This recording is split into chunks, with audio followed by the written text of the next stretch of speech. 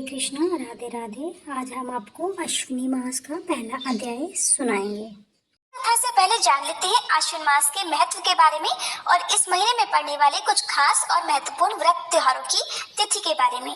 आश्विन के महीने में नियमों का पालन करने वाले श्रद्धालुओं को या व्रत का पालन करने वाले श्रद्धालुओं को इस पूरे ही महीने में मांस, मदिरा, तामसिक भोजन, मसूर की दाल, सरसों का साग, चने आदि का सेवन नहीं करना चाहिए।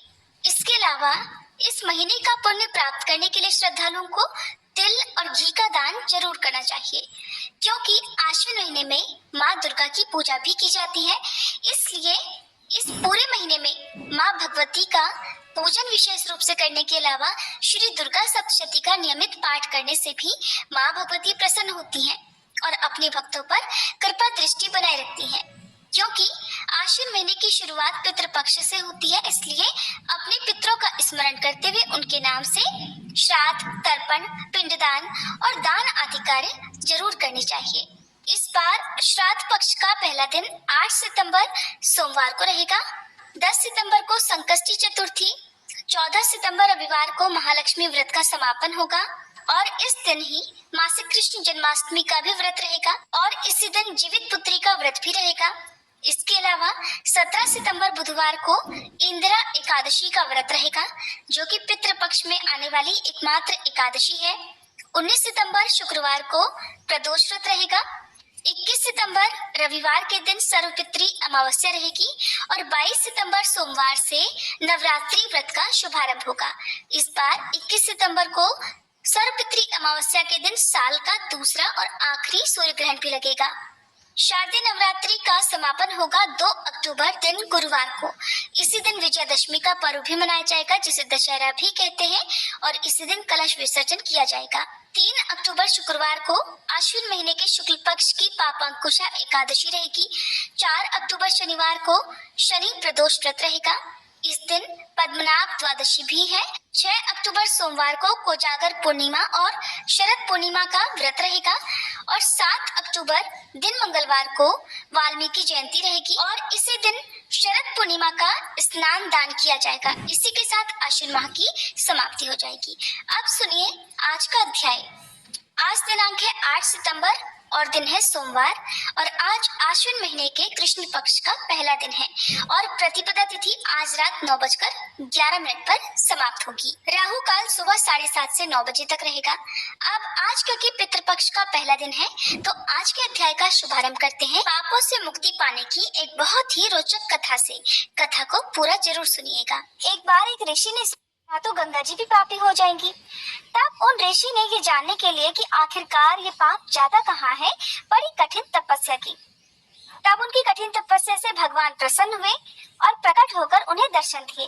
ऋषि ने उन्हें प्रणाम करके पूछा कि हे भगवान, कृपया बताइए कि गंगा जी में जो पाप धोया जाता है वह कहाँ जाता है।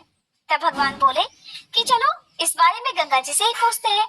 ऋषि और भगवान दोनों ने ही गंगा जी से पूछा कि हे गंगे, सब लोग आपके यहाँ पाप धोते हैं, तो इसका मतलब क्या आप ही पापी हुई? गंगा जी ने कहा, मैं भला कैसे पापी हो गई? मैं तो सभी पाप लेकर समुद्र को अर्पित कर देती हूँ। इसके बाद ऋषि और भगवान समुद्र के पास गए और उनसे पूछा, हे सागर, गंगा सभी पाप आपको अर्पित कर देती है, तो फिर क्या आप पापी हो गए? समुद्र ने कहा कि मैं पापी भला कैसे हुआ? मैं तो सभी पाप को भाप बनाकर बादल बना देता हूँ।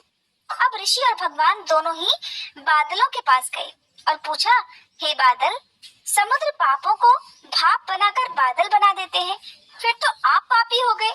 बादलों ने कहा, मैं कैसे पापी हुआ? मैं तो सभी पापों को वापस पानी बना देता हूँ और धरती पर गिरा देता हूँ।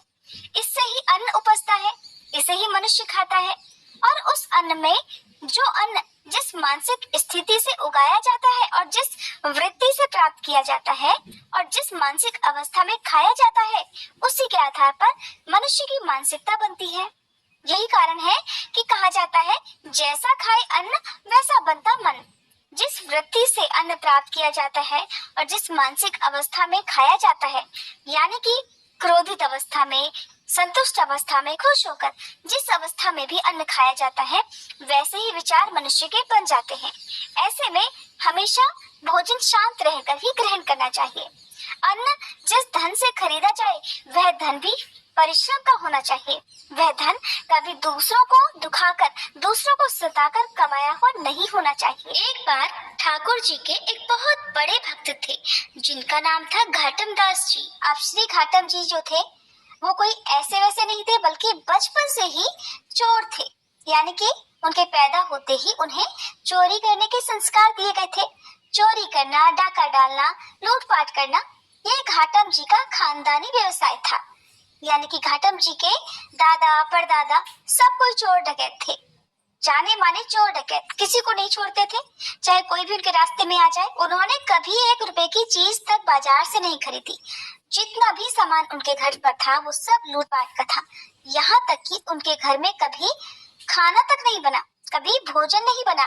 क्यों? क्योंकि वो भोजन तक दूसरों के घर से चुरा कर खाया करते थे। तो ऐसा पेशा था घाटम जी का। अब एक बार घाटम जी किसी वन में किसी को लूटने की तलाश में घूम रहे थे।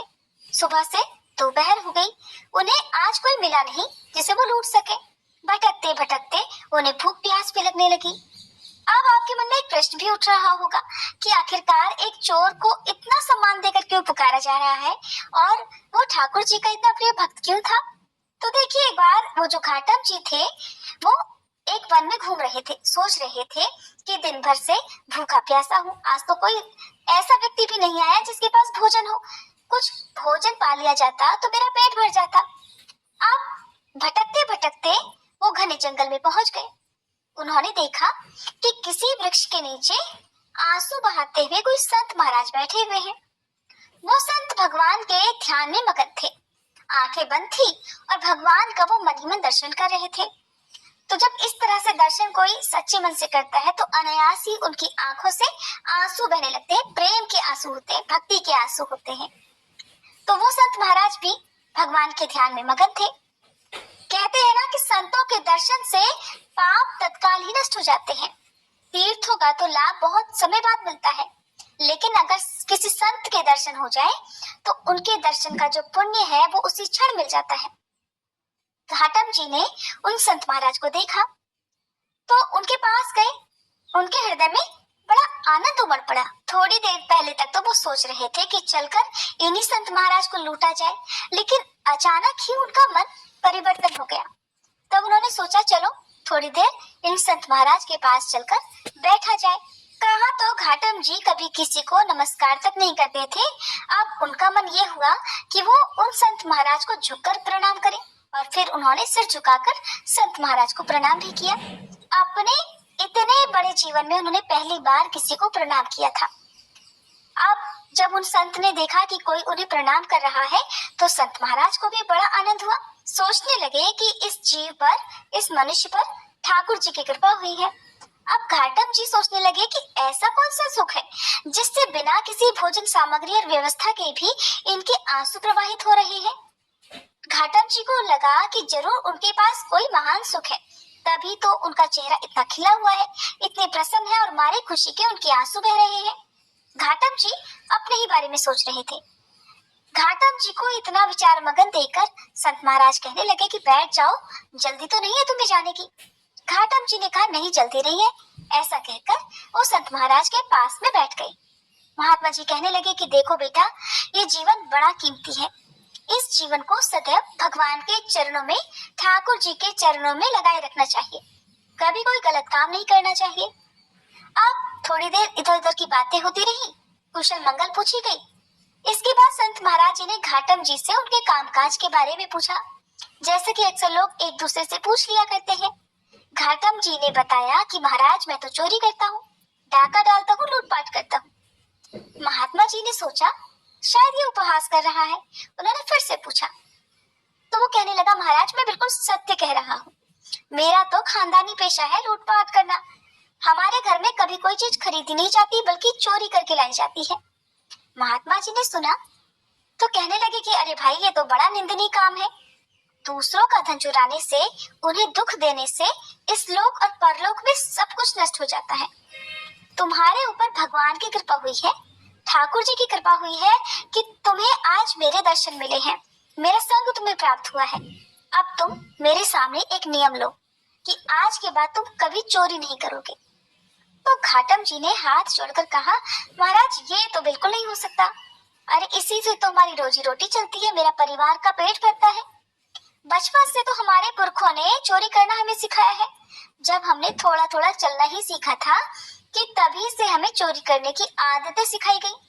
अब आप मुझसे कह रहे हैं कि मेरी बचपन की जो आदतें हैं, जो हमारा पेशा है, जो हमारा पुश्तैनी काम है, मैं वो छोड़ दूं? मेरे बड़ों ने तो मुझे ये नियम दिया है कि मैं कभी भी चोरी का धंधा ना छोड़ूं। आप में तो मुझे बस विशेष श्रद्धा हो रही है, इसलिए मेरा मन आपकी तरफ खींचा चला जा रहा है। संत जी, आप चाहे मुझे कोई भी उपदेश दे दीजिए, बस मुझसे चोरी करना छोड़ने के लिए मत कहना। अगर मैं आपको वचन दे दूंगा तो आजीवन वही करूंगा जो कि आप कहेंगे। तो संत महाराज कहने लगे कि अगर तुम चोरी करना नहीं छोड़ सकते तो ठीक है, तो तुम्हें फिर मेरी 4 बातें माननी पड़ेंगी। मानना चाहते हो तो मानो। पहली बात, सदा सत्य बोलना, झूठ कभी मत बोलना। चाहे तुम कितना भी गलत काम क्यों ना कर रहे हो, तुम्हें झूठ बिल्कुल नहीं बोलना है। दूसरी बात, साधु संतों की सेवा में रुचि रखना। जैसा भी तुमसे बन पड़े, जो कुछ भी तुम्हारे पास हो, चाहे लूटपाट का हो, चोरी का हो, उसी से तुम साधु सेवा में रुचि रखना। जब भी कोई संत दिखाई दे तो उन्हें प्रणाम करना और उनसे कभी रुष्ट होकर क्रोध में बात बिल्कुल मत करना। हमेशा उनसे आदर और बड़ी विनम्रता से बात करना। अगली बात, अगर कभी कोई संत तुम्हारे घर आ जाए तो उन्हें भूखा मत जाने देना, भले ही वो भोजन चोरी का क्यों ना हो। उन्हें जल पिलाना, भोजन कराना और उनकी सेवा करना। अगली बात, आज के बाद बिना ठाकुर जी को भोग लगाए कभी भी ना तो जल पीना और ना ही खुद भोजन करना। चौथी बात, अगर कहीं भी ठाकुर जी की आरती हो रही हो तो बिना दर्शन किए वहां से मत जाना, पीठ फेर कर बिल्कुल मत जाना। घाटम जी को संत महाराज की ये बातें पसंद आई। पसंद इसलिए आई क्योंकि उन्होंने उसे चोरी करना बंद करने के लिए बिल्कुल नहीं कहा था, बल्कि अन्य उपदेश ही दिए थे जो कि उसके लिए करने बहुत आसान थे। उसे तो चोरी छोड़ना बड़ा मुश्किल काम लग रहा था। तब उसने संत महाराज जी को प्रणाम किया और जीवन भर उन 4 बातों का पालन करने का वचन भी दे दिया। इसके बाद घाटम जी संत महाराज को प्रणाम करके अपने घर आ गए। अब घाटम जी लूटपाट करके धन लाते, उस धन से साधु सेवा करते, उसके बाद जो बच जाता उससे अपने परिवार को पालते। एक दिन साधु संतों की एक मंडली उनके घर आई तो उन्होंने उठकर तुरंत ही उन संतों को दंडवत प्रणाम किया, क्योंकि उन साधु संत महाराज ने कहा जो था। और उसके बाद सभी को बैठने के लिए सुंदर आसन भी दिए। अब उन्होंने देखा कि घर में इन साधु संतों को देने के लिए कुछ तो भोजन है नहीं, कहाँ से ला कर दूं? तो घाटम जी ने बाजार जाकर दुकानदारों से थोड़ा उधार मांगने का प्रयास किया, लेकिन दुकानदार तो उन्हें अच्छे से जानते थे। दुकानदारों ने साफ मना कर दिया।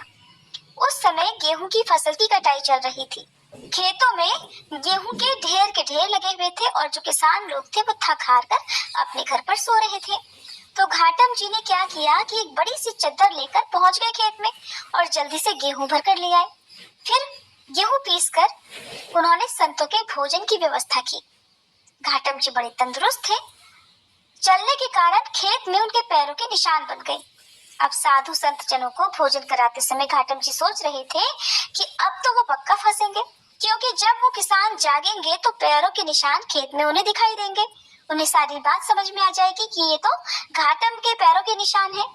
अब जैसे जैसे वो संत जन भोजन ग्रहण कर रहे थे वैसे ही बड़ी धूल भरी आंधी चली और बारिश हो गई।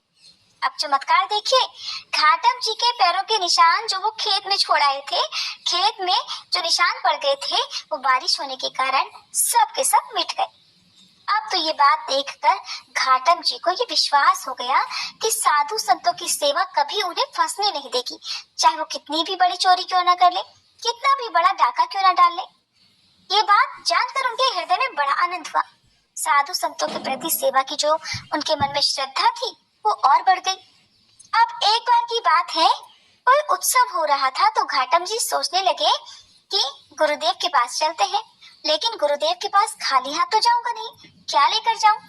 उन्हें लगा कि उत्सव है तो गुरुदेव के पास कुछ तो सेवा पहुंचनी चाहिए। उनके पास तो एक भी पैसा नहीं था। अब उन्होंने सोचा कि चलो सेवा ही तो करनी है और गुरुदेव ने चोरी करने से मना भी नहीं किया है। उन्होंने तो कहा है सेवा करो चाहे चोरी करो, डाका डालो। तो अब घाटम जी सोचने लगे कि चलो आज रात में चोरी की जाए और जो कुछ भी मिलेगा उसे सुबह गुरुदेव को अर्पण कर देंगे। अब घाटम जी ने एक सिपाही का वेश बनाया और महाराज के अस्तबल में घुस गए। अस्तबल में खटपट की आवाज होने पर पहरेदार ने आवाज लगाई कि अरे भाई कौन है। अब गुरुदेव ने घाटम जी को एक बात बोली थी कि तुम कभी झूठ मत बोलना, चाहे कितनी भी मुश्किल में फंसे हो, सच बोलना। चोरी कर रहे हो, डाका डाल रहे हो, कितना भी गलत काम क्यों ना कर रहे हो, उस समय भी तुम्हें सच बोलना है। पकड़े जाने के डर से या कहीं से भागने के डर से भी कभी झूठ मत बोलना। गुरुदेव की आज्ञा तो माननी थी, क्योंकि गुरुदेव को घाटम जी ने वचन जो दे रखा था। तो गुरुदेव की सत्य बोलने की आज्ञा मानते हुए घाटम जी ने वहीं से आवाज लगाई कि अरे भाई मैं चोर हूँ, मैं चोर हूँ। पहरेदार ने सोचा कि अगर चोर होगा तो थोड़ी बोलेगा कि मैं चोर हूँ। पहरेदार को लगा ये तो कोई राजा का खास आदमी है, तभी तो ये हास परिहास में बिना डरे कह रहा है कि मैं चोर हूँ। अब सिपाही के वेश में घाटम जी ने राजा के अस्तबल में जो घोड़े बंधे हुए थे, उन घोड़े में से एक बढ़िया घोड़ा लिया और उस पर सवार होकर वहां से चल दिए। उनकी वेशभूषा को देखकर पहरेदारों ने पहले की तरह उन्हें बिल्कुल नहीं रोका। पहरेदार सोचने लगे कि एक आदमी इतना निर्भीक होकर बिना डरे हुए राजा के अस्तबल में चला गया और बिल्कुल जो सबसे सुंदर, सबसे बढ़िया घोड़ा था उसे लेकर जा रहा है। ऐसा तो कोई सामान्य व्यक्ति कर ही नहीं सकता। हो ना हो ये तो महाराज जी का ही कोई खास व्यक्ति होगा।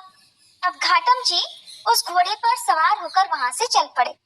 वहां से निकले तो सोचा कि चलो इस घोड़े को ही कहीं बेच देंगे, जो पैसे मिलेंगे उन्हीं से गुरुजी की सेवा कर लेंगे, उन्हीं को गुरुजी की सेवा में अर्पण कर देंगे। घोड़े के साथ वो चलते जा रहे थे कि रास्ते में सुबह सुबह का समय था, ठाकुर जी की मंगला आरती हो रही थी। अब उन्होंने सोचा कि गुरुजी की ये भी ठाकुर जी की आरती में वो गए, उन्होंने आरती की और वहाँ से ही उन्होंने सब कुछ छोड़ दिया। उनको भगवान के दर्शन हो गए। उन्होंने आंखें बंद की थी तो उनको ऐसा आभास हुआ कि जब भगवान के दर्शन हो गए तब से वह अच्छे मार्ग पर चले गए और सबको अच्छा रास्ता दिखाते गए। बोलिए सभी राधा कृष्ण की जय, जय कृष्ण भगवान की।